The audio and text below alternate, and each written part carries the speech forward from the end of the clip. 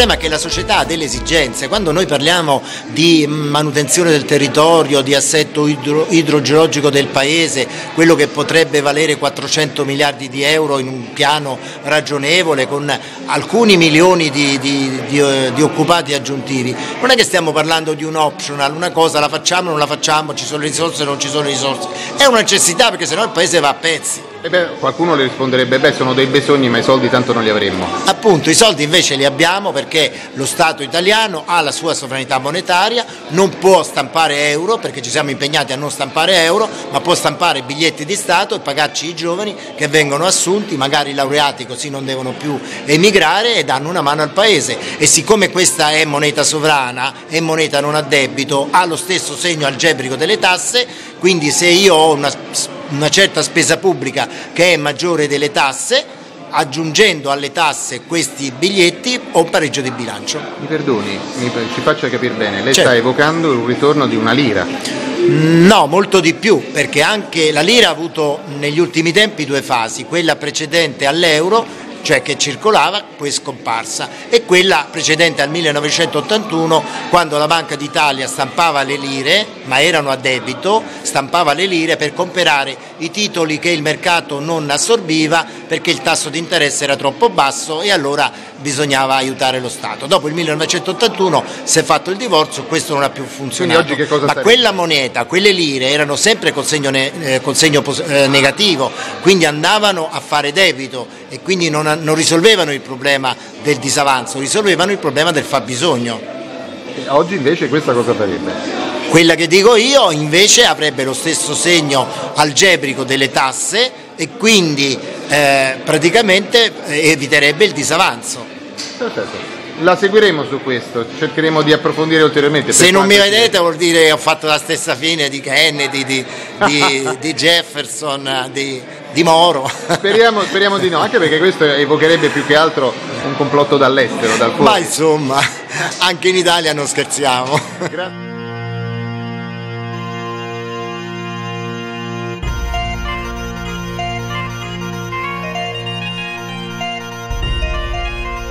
Quindi l'unica salvezza che abbiamo è quello di ribadire le basi della nostra civiltà, della nostra fede, del nostro credere nella democrazia, nei valori e nel welfare universale. E queste cose però non si possono neanche mettere all'ordine del giorno se non c'è un po' di recupero di sovranità monetaria da parte degli Stati. Perché una doppia, una tripla circolazione monetaria è possibile, non è assolutamente in contrasto coi trattati, l'euro rimane nella sua funzione principale di unità di conto, di unità di misura, ma come mezzi di pagamento noi possiamo avvicinare certificati di credito fiscale, vedo qui in sala il professor Silos Labini che forse ci sarà tempo che dica qualche parola, certificati di credito fiscale, i biglietti di Stato, altri strumenti che possono diventare monetari a determinate condizioni col buon senso, perché è ovvio che se ci mettiamo a stampare soldi così non si combina niente, però il sistema può benissimo essere governato con una doppia, con una tripla circolazione monetaria, non c'è bisogno di andare contro l'euro, bisogna invece affiancare una moneta parallela anche di tipo nazionale che vale solo nel paese che la emetta e con cui ci si pagano le tasse, e questo sicuramente ci consentirà di valorizzare al massimo le nostre risorse, i nostri giovani, le nostre forze, ed è questa la barriera contro l'invasione, non credere di costruire dei muri o degli steccati, perché questi ultimi non funzioneranno. Innanzitutto, come si fa ad affrontare il problema della disoccupazione all'interno di questi paesi diversi dove bene o male le politiche che erano dietro all'euro, cioè le politiche deflattive, hanno anche una responsabilità non indifferente, perché tanti posti di lavoro li abbiamo persi così e tanti posti di lavoro non li abbiamo potuti creare perché ci è mancato uno strumento fondamentale che è quello di una spesa pubblica responsabile e necessaria. Allora come fai nell'euro a fare una spesa pubblica non calibrata su dei parametri astrusi che sono quelli di Maastricht, ma calibrata sul fatto che devi riassorbire la disoccupazione. Allora lo puoi fare con un disavanzo pubblico in valuta nazionale, che non significa una valuta alternativa all'euro, significa una valuta parallela, cioè sono euro, ma quelli emessi nell'esempio dallo Stato italiano non sono euro che possono essere spesi in Germania, in Francia, eccetera, ma sono euro che possono essere spesi solo in Italia, potrebbero essere anche senza corso legale, solo moneta fiduciaria che ovviamente lo Stato deve accettare in pagamento delle tasse e che hanno un segno algebrico uguale a quello delle tasse e opposto a quello delle spese. E questo ti porta anche il bilancio in pareggio in funzione dell'assorbimento della disoccupazione, perché questo è lo strumento fondamentale che manca nel contesto euro ed Europa, ed è il fatto di poter decidere una spesa pubblica finalizzata ad investimenti interni, eccetera, eccetera. Dall'altra parte è ovvio che grandi tematiche come la ricerca, le grandi infrastrutture europee, eccetera, eccetera,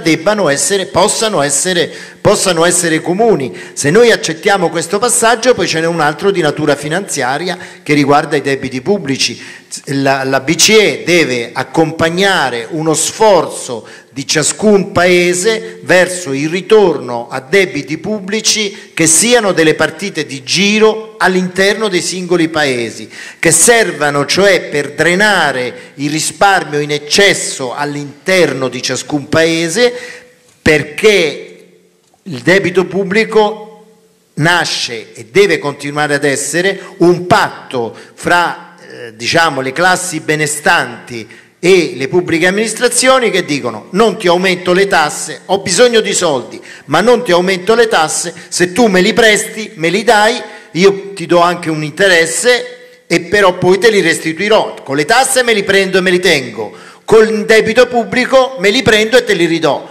Questi sono i due passaggi che ci possono portare a traguardare l'idea di mantenere l'euro come unità di misura, e questo lo vedo un bene e non un male, perché ormai ci siamo abituati tutti con l'euro.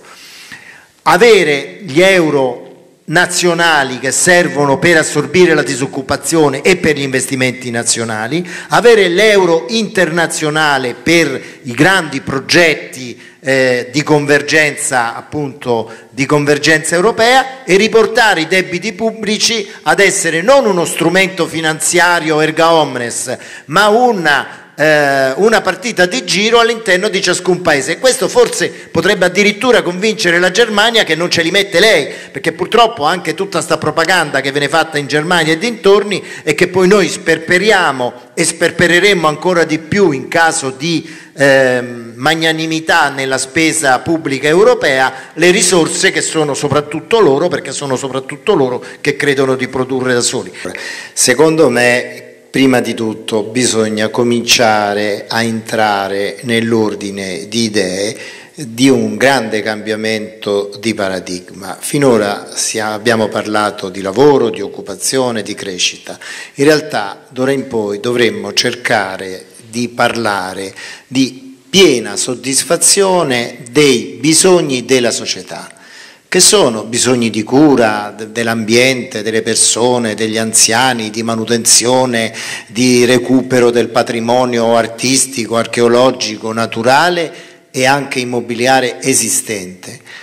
Dietro queste cose ci sono 7-8 milioni di posizioni lavorative come conseguenza. Il problema diventa come finanzi situazioni in cui il fatturato è di meno del costo, cioè del lavoro necessario. Allora facciamo un piccolo passo indietro.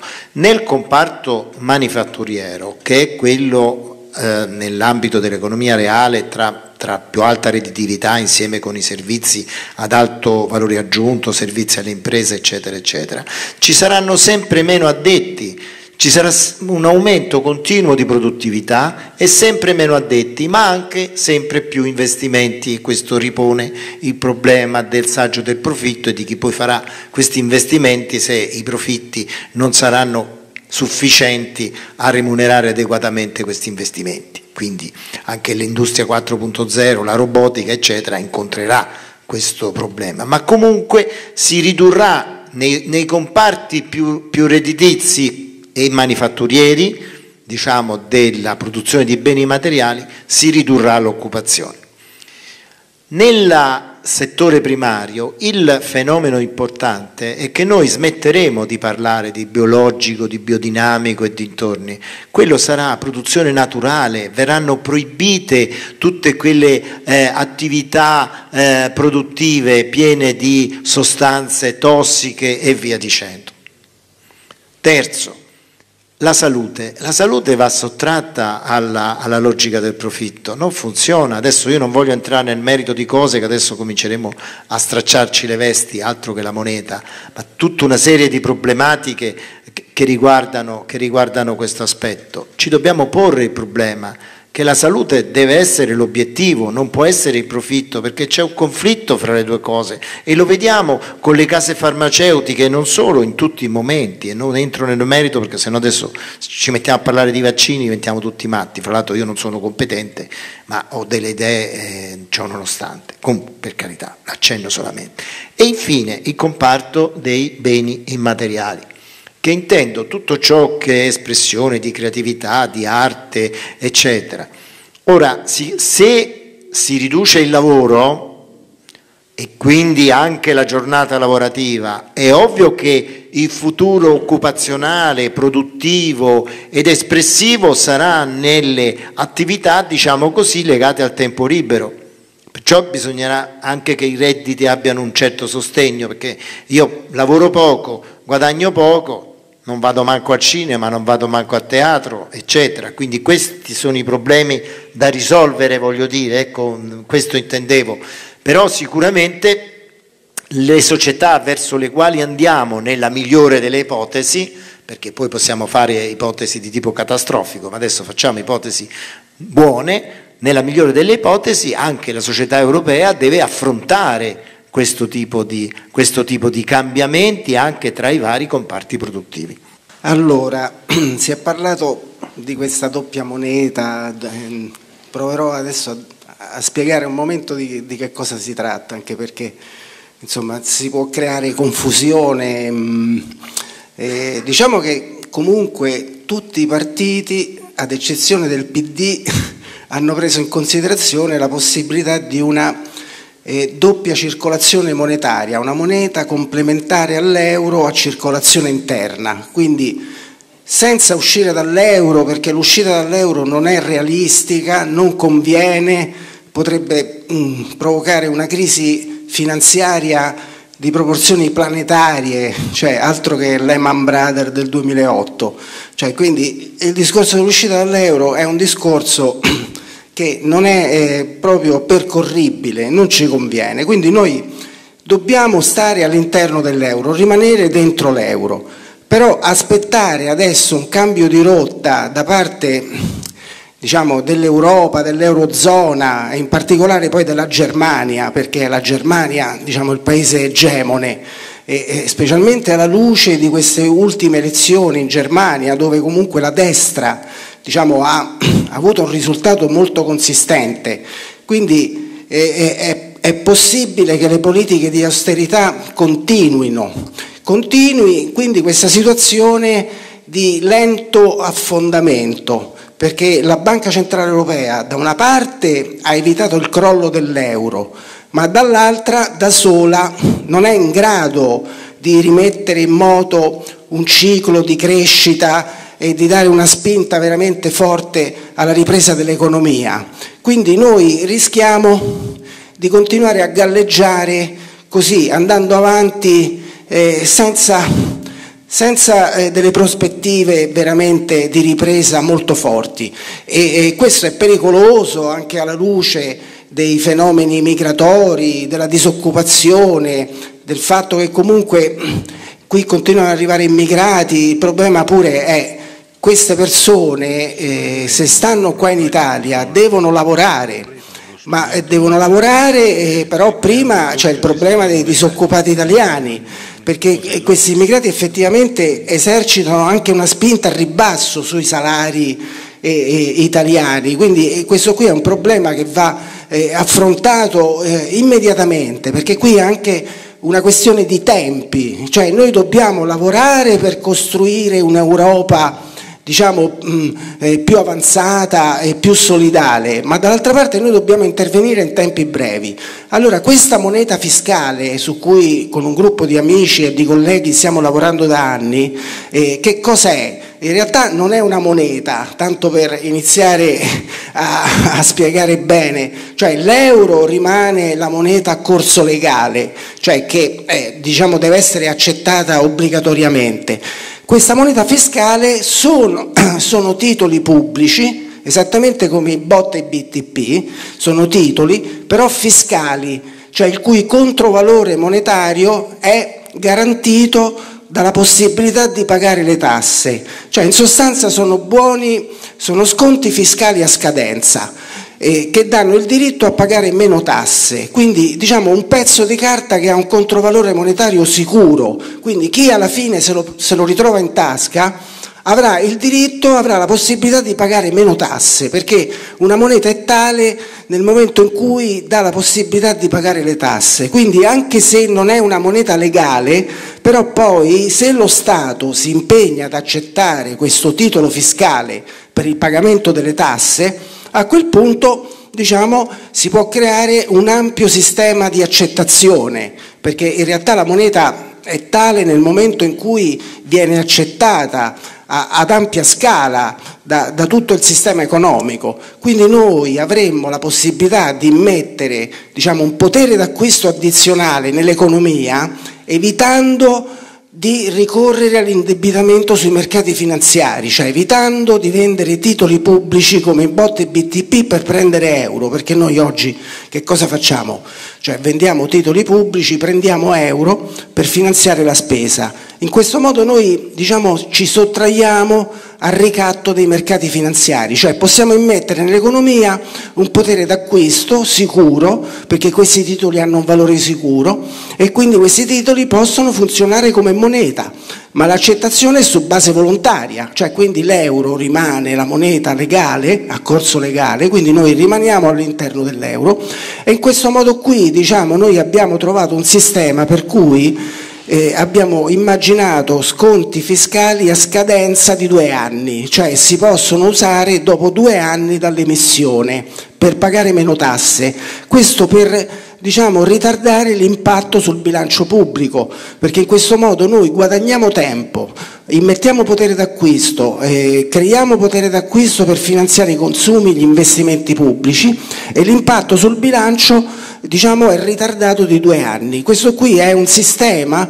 che può funzionare, ovviamente è chiaro che bisognerebbe partire magari con delle quantità, cioè via via incrementarle, vedere come circola questo potere d'acquisto addizionale, ma questo è l'unico sistema in qualche modo per ridare una spinta all'economia, altrimenti noi diciamo in un sistema come quello dell'euro non abbiamo capacità di intervento, cioè non abbiamo possibilità in qualche modo di rimettere in moto una ripresa economica che sia degna di questo nome. Adesso il professor Guerrieri, cioè lui era molto, in qualche modo, comunque confida nell'Europa, confida in un cambiamento, in una negoziazione, ma io sono abbastanza pessimista sotto questo aspetto, specialmente se vediamo la posizione della Germania, che nel prossimo futuro probabilmente diventerà ancora più intransigente sulla politica di austerità. Quindi purtroppo noi dall'Europa non ci possiamo aspettare molto e credo quindi che invece lanciare una moneta complementare all'euro a circolazione interna, questo sia una possibilità veramente molto interessante. Infatti il professor Nino Galloni, cioè lui, con lui siamo in contatto e siamo molto in sintonia perché anche lui siamo tanti, diciamo questa moneta fiscale non è una stregoneria o come l'ha voluta dipingere il professor Paolo Guerrieri, non è che sia una cosa il professor Paolo Guerrieri purtroppo se n'è andato, quindi non lo chiamiamo in causa. No, piuttosto volevo sapere se c'erano dubbi e perplessità. Non so se diciamo, mi sono riuscito a spiegare bene su che cos'è questa, diciamo, questa moneta fiscale che poi in realtà viene chiamata così, ma non è una vera e propria moneta, perché noi stando nell'euro non possiamo stampare una vera moneta accanto all'euro, cioè altrimenti usciamo. Nei trattati europei si parla di banconote. Banconote. Io vi sto parlando di un'altra cosa che non c'entra niente con le banconote, che ha tutta un'altra storia, che sono biglietti di Stato. È un'altra cosa, ok? Nessuno ci proibisce di stampare biglietti di Stato, che ovviamente valgono sul territorio nazionale e che, questo è il punto, hanno lo stesso segno algebrico delle tasse, quindi non solo sono sostenibili, ma determinano il pareggio di bilancio. Ed è uno strumento che non è stato più utilizzato da tempo, perché quando gli stati lo utilizzavano per andare a fare delle guerre che poi perdevano, delle conquiste coloniali che poi perdevano, in situazioni in cui le capacità produttive e tecnologiche del sistema erano insufficienti. Oggi noi queste tre condizioni non le abbiamo, non le dovremmo avere. Certamente la produzione di biglietti di Stato andrebbe finalizzata a dei progetti ben precisi.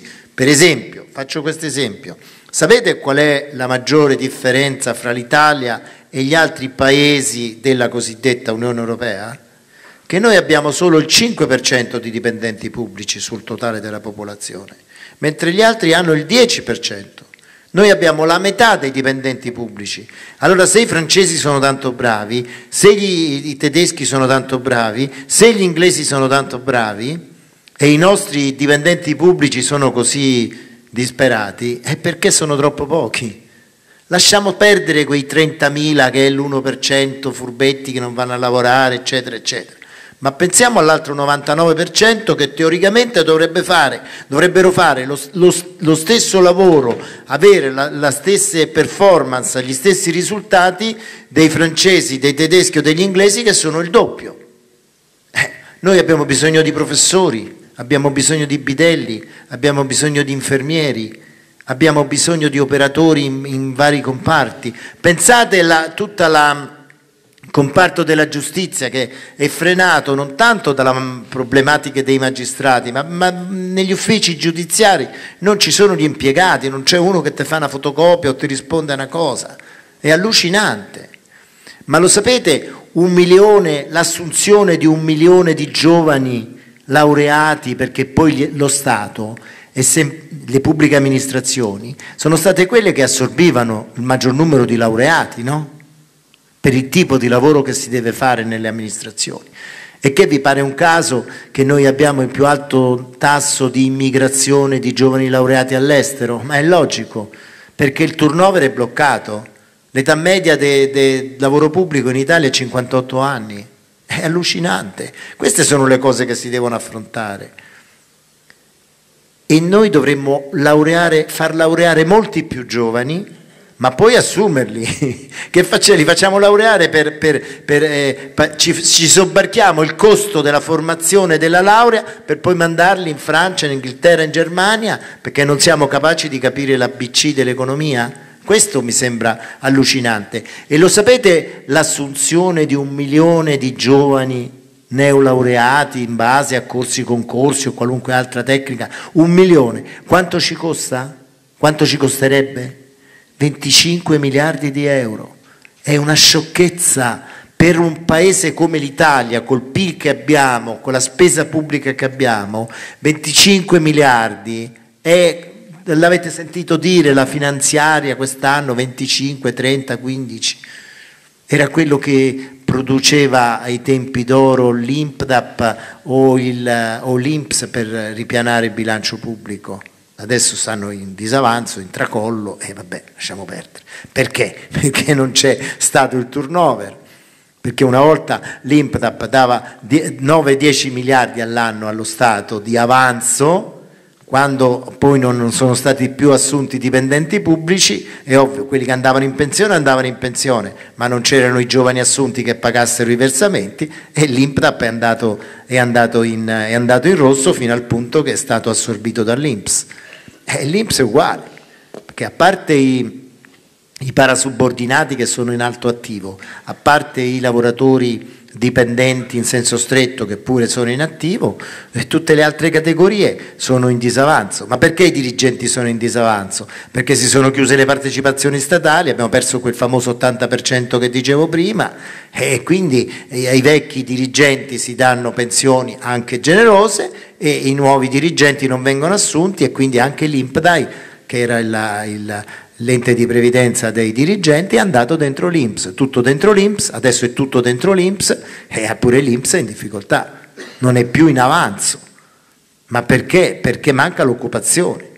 Bisogna stimolare l'occupazione per avere quella contribuzione sociale e quel gettito fiscale che ci consente poi di compensare la maggior spesa pubblica con maggiori entrate fiscali. Questo è il meccanismo. Quindi per salvare il Paese bisogna fare esattamente il contrario di quello che si è fatto finora.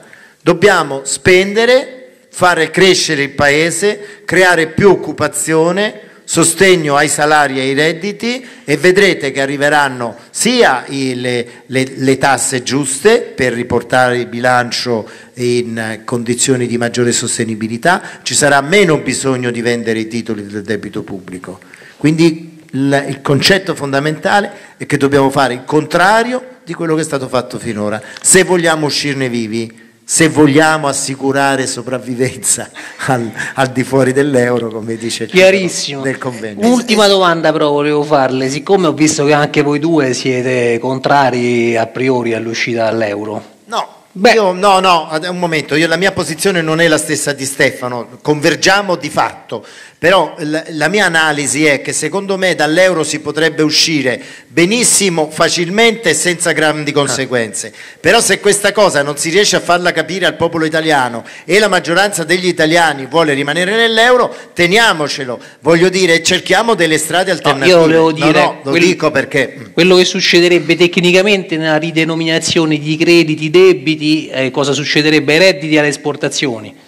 Questo vorrei sapere il suo parere. Diciamo sì che insomma la cosa potrebbe essere complicata se vediamo quello che succede con la Brexit, che parliamo di questa Brexit e chissà per quanto tempo ne parleremo. Io non voglio immaginare nel caso di un'uscita dall'euro, se ne parlerebbe per secoli, credo, di un paese grosso come l'Italia. Insomma, comunque il processo non sarebbe molto semplice, comunque non lo vedo realistico. Però non ci sarebbe una ripartenza delle esportazioni? Ci potrebbe essere, ma insomma il contraccolpo comunque specialmente iniziale, diciamo la fascia di popolazione che sta in difficoltà potrebbe averne conseguenze ancora peggiori nel breve periodo, quindi io diciamo è un'opzione su cui non mi sembra realistica e neanche ci punterei, anche se ci credessi. È timoroso. Comunque no, per chiudere adesso quello che diceva Nino, noi abbiamo verificato che una manovra come questa, diciamo con questa cosiddetta moneta fiscale, è in grado di autofinanziarsi, perché la crescita dell'economia, la crescita dell'occupazione, la crescita del gettito fiscale sarebbe in grado di andare a coprire il buco che si creerebbe, perché a un certo punto quando uno va a utilizzare questi sconti fiscali a scadenza è chiaro che entrano meno euro, ma noi abbiamo verificato e ci sono degli studi di Mediobanca, quindi il professor Guerrieri deve rendersi conto che questa non è una cosa magica e misteriosa, vabbè, cioè ci sono studi di organizzazioni anche bancarie persino che hanno dimostrato che questa manovra invece è sostenibile e è in grado di autofinanziarsi, e come ha detto Nino noi dobbiamo fare l'esatto contrario di quello che abbiamo fatto negli ultimi 20 anni, perché anche 30, diciamo negli ultimi 20 anni l'Italia è stato il paese più virtuoso dal punto di vista fiscale, perché noi abbiamo avuto un avanzo primario medio del 2% all'anno, che per 20 anni significa il 40% del PIL. 40% del PIL significa che noi abbiamo drenato dall'economia reale 700 miliardi di euro, cioè noi abbiamo creato un disastro di proporzioni colossali e praticamente il debito non è mai sceso. Quindi si vede che queste ricette, dove addirittura il governatore Visco ha detto bisogna portare l'avanzo primario, che sarebbe la differenza tra entrate e spese al netto degli interessi, al 4% all'anno, significherebbe distruggere completamente l'economia. Infatti io mi domando come una persona di questo livello possa ricoprire un posto. Professor Galloni, sull'uscita. Allora, sono d'accordo con Stefano per quanto riguarda il discorso del realisticamente, perché su realisticamente ovviamente convergo, però non vedo tutte queste difficoltà. È chiaro che se io il sabato mattina annuncio che siamo usciti dall'euro, è parimenti necessario che dai bancomat esca la nuova valuta, perché il motivo per cui poi la Grecia è finita in ginocchio è perché poi dai bancomat non usciva la nuova valuta e non uscivano gli euro, perché Draghi forse illegittimamente aveva chiuso il rubinetto, e lì ovviamente finisce tutto, perché se andiamo a bancomat e non ci escono gli euro, dei nostri euro che abbiamo sul conto della banca, è finita. Ma questo ci si provvede, si dice la nuova lira, chiamiamola così, sostituisce l'euro, quindi tu dovevi andare a prendere stamattina al bancomat 200 euro, ti escono 200 nuove lire, con le quali si dovranno pagare le tasse, e quindi i commercianti, i supermercati, i negozi l'accetteranno. Che cosa ti cambia che hai avuto 200 nuove lire invece che 200 euro? Adesso la sto facendo un po' facile, però per capirci. Poi, se io dovevo pagare un mutuo, quello si pagherà in lire, in nuove lire, che valgono all'inizio 1 a 1. Se invece io il mutuo l'ho fatto con una banca estera, in valuta estera, per risparmiare sul tasso di interesse, lì c'è il problema, perché il contratto l'ho firmato in valuta estera, perché c'è chi ha fatto i mutui in dollari, in sterline, o non lo sa neanche, crede di averli fatti in euro, invece li ha fatti in dollari e sterline. Però siccome c'è l'euro, il cambio dell'euro è quello che è, lui continua a pagare in euro, ma poi ti fanno vedere la postilla. Però il problema si pone per chi ha un debito in valuta straniera e per quella parte del debito pubblico italiano che è detenuta da stranieri, perché a quelli gliela devi garantire nella valuta che hai, con cui hai fatto il contratto, e quindi ti devi approvvigionare di valuta estera, come stiamo già facendo, ma molta di meno di quella che ci serve adesso, quindi non c'è nessun problema. Se poi esplode l'euro e scompare, a quel punto prevale il principio ad impossibilia nemo tenetur, e quindi non c'è nessun problema. Da un punto di vista tecnico-pratico, l'uscita dall'euro non comporta nessun problema. I problemi sono di natura politica, perché la gente non lo capisce, non lo vuole, ha paura, oddio, la mia casa non vale più, il mio conto in banca non vale più, eccetera, eccetera, e lì non ci si può ragionare. Poi, se le questioni vengono affrontate come la Brexit, che si stanno veramente affogando in un bicchiere d'acqua, è chiaro che è ovvio, se ci buttiamo a far casino tutti quanti, tutti contro tutti, è ovvio che scoppia la terza guerra mondiale per l'euro. Ma se ci mettiamo intorno a un tavolo e, come abbiamo deciso di fare l'euro, decidiamo di uscirne e collaboriamo per farlo, non c'è nessun problema. Però, ripeto, anche io mi sono convinto di questo discorso, cioè rimaniamo nell'euro, che è la moneta, perché è l'unità di misura, sono gli euro, però affianchiamo non la moneta alternativa che sarebbe uscita dall'euro, ma una moneta parallela, che possono essere i certificati di credito fiscale, i biglietti di Stato ed altri strumenti, che nel momento in cui possono essere utilizzati per pagare le tasse e anche a livello fiduciario, non è detto che debba essere moneta a corso legale, potrebbe essere moneta a corso legale nel territorio dove si esercita la sovranità dello Stato, ma potrebbe essere anche meramente fiduciaria, non cambia molto. Ovviamente lo Stato che l'ha emessa deve accettarla, perché la regola principale della moneta fiduciaria, come delle cambiali, è che poi le onori, è ovvio, questo è ovvio. Non so se Sì. ho risposto. C'è una domanda... Per l'import-export no, per l'import-export, vabbè, ripeto, le politiche devono diventare di sostituzione di importazione più che di aumento delle esportazioni. La questione su cui io poi non la penso come altri miei amici e colleghi che sarebbero per l'uscita dall'euro è che avviene tutta questa svalutazione della nuova moneta.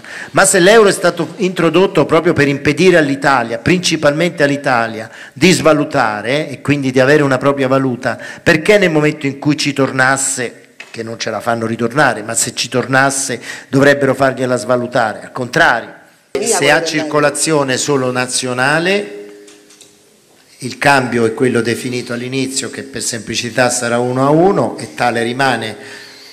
Potranno esserci fenomeni di mercato nero, ma questo è un altro discorso. Se ci si possono pagare le tasse, ci possono essere fenomeni di mercato nero se noi stampiamo una quantità esagerata di biglietti di Stato, per cui poi la gente non sa come liberarsene, ma se la usi per fare la spesa e la usi per pagare le tasse non c'è nessun motivo. Se vogliamo farne invece una valuta internazionale, e allora certo ti esponi al tasso di cambio. Ci vorrebbe un governo ben determinato, perché è chiaro che questa è un'operazione di sistema, cioè mettere in piedi una doppia circolazione monetaria richiede un ampio consenso politico, cioè neppure una singola forza politica può essere in grado da sola di lanciare un doppio sistema monetario. Poi serve il coinvolgimento delle forze economiche, insomma servirebbe una compattezza interna, tutte quante dovrebbero essere, diciamo, la grande industria, diciamo, per Confindustria, perché si intende Confindustria. Comunque le imprese dovrebbero avere un ruolo centrale, perché loro devono accettare questo mezzo di pagamento in luogo dell'euro, in rapporto di 1-1 con l'euro. Cioè qui praticamente questi titoli fiscali vengono emessi, per ipotesi, domani viene emesso un titolo fiscale da 100 euro, quindi si contano in euro e la moneta è sempre l'euro. Il meccanismo poi è semplicemente identico a quello dei buoni pasto e questi titoli dopo 2 anni danno il diritto a scontare le tasse di 100 euro, cioè un titolo emesso domani da 100 euro dopo 2 anni avrà il valore di 100 euro, quindi il valore è sicuro. Per fare biglietti di Stato ci vuole una cosa sola, ci vuole la firma del direttore generale del Tesoro, ok? Però un direttore generale del Tesoro non è che si alza la mattina e fa la firma e mette i biglietti di Stato, ci vuole un ministro dell'economia che lo sorregge e un ministro dell'economia non è che si alza la mattina e fa i biglietti di Stato, ci vuole un Presidente del Consiglio che lo sorregga e il Presidente del Consiglio dei Ministri è espresso da una campagna, da una elezione e da una vittoria politica di una forza che ha nel suo programma una cosa del genere e che lo realizza. Come deve essere reimpostata la scuola per andare incontro a questo progetto di cambiamento del paradigma della nostra società? Ad esempio bisognerebbe avere delle classi meno numerose, con insegnanti motivati. Dovremmo ovviamente puntare alla squadra invece che alla preparazione individuale, dovremmo avere dei programmi scolastici che tengano conto del fatto che prima di tutto dobbiamo creare dei cittadini liberi, pensanti, critici, poi dobbiamo dargli una grande cultura generale e che poi per la specializzazione c'è tempo, perché tanto poi il lavoro si impara facendolo. Quando io in azienda mi prendo una persona brava, preparata, responsabile, affidabile e non ho problema a metterci 6 mesi o 1 anno a insegnargli il mestiere. Certo. L'importante è che se poi io imprenditore ho affrontato una spesa, se quello dopo 6 mesi o 1 anno che è diventato operaio specializzato o quello che sia se ne va, io venga ristorato delle spese che ho affrontato. Questo è un passaggio importante. Certo. A me risulta che l'agricoltura sta in una crisi profonda. A questo scopo le chiedo cosa pensa della PAC, perché la PAC è stata fatta soprattutto da paesi del nord e noi paesi del sud l'abbiamo subita. Ci fa sparire delle culture, delle primizie nostre che vengono importate senza dogana, senza requisiti sanitari. Quindi da questo punto di vista noi siamo stati in Europa proprio troncati. Ormai le aziende agricole, se non hanno l'acqua, devono avere una superficie di circa 150 ettari. Lei sa meglio di me che la superficie media è di 4 ettari, 2 ettari e mezzo. Allora, io le pongo proprio questa domanda. Cosa ne pensa della PAC e cosa si potrebbe fare? Aggiungo, secondo me il processo dell'euro è inarrestabile, l'unione dei paesi, però non mi dispiace una moneta parallela che potrebbe ovviare a tutte quelle cose che lei ha detto. Già si è dato la risposta, aggiungerò solo che per esempio in Sicilia hanno impedito lo sbarco del grano che veniva dal Canada perché era pieno di glifosate, perché la gente vuole il pane con gli antichi cereali siciliani. Ok, allora i siciliani si fanno il loro pane, i tarquinesi si fanno il loro pane.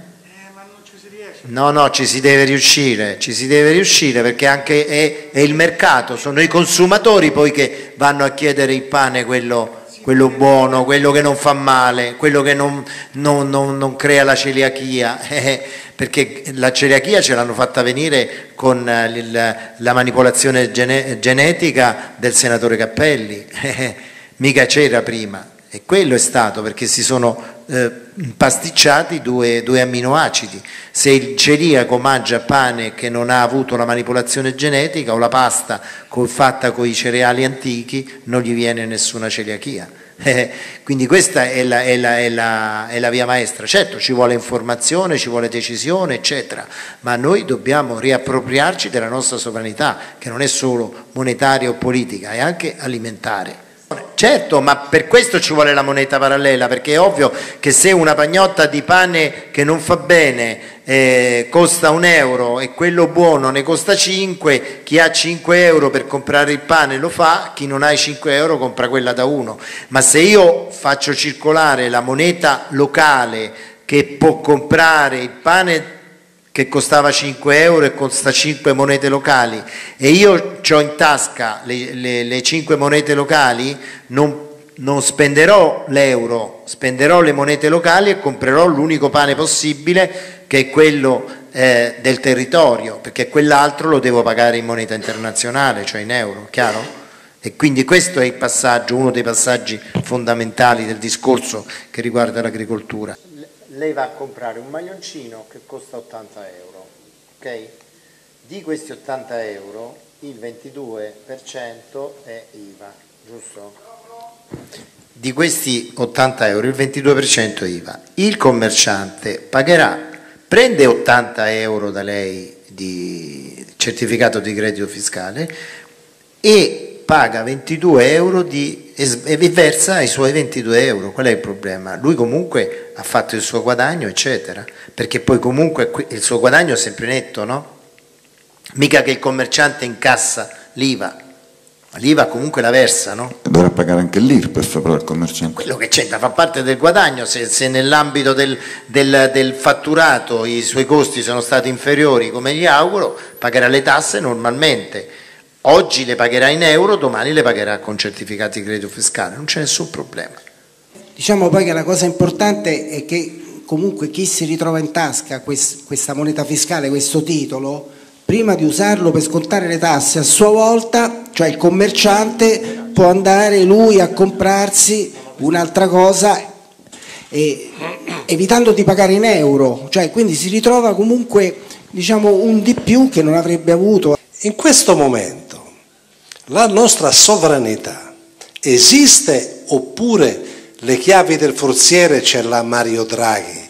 Il nostro denaro in lingotti d'oro, dal momento che non ci regala niente nessuno, io vorrei sapere se in cambio di questa emissione di titoli costruiti su carta non è che è partito qualche vagone dei lingotti d'oro e è andato a finire da un'altra parte? Allora, l'oro non c'entra niente, l'oro è una cosa che c'è o non c'è, non riguarda la moneta, perché la moneta è, dal nostro punto di vista, il corrispondente delle nostre capacità produttive e di reddito.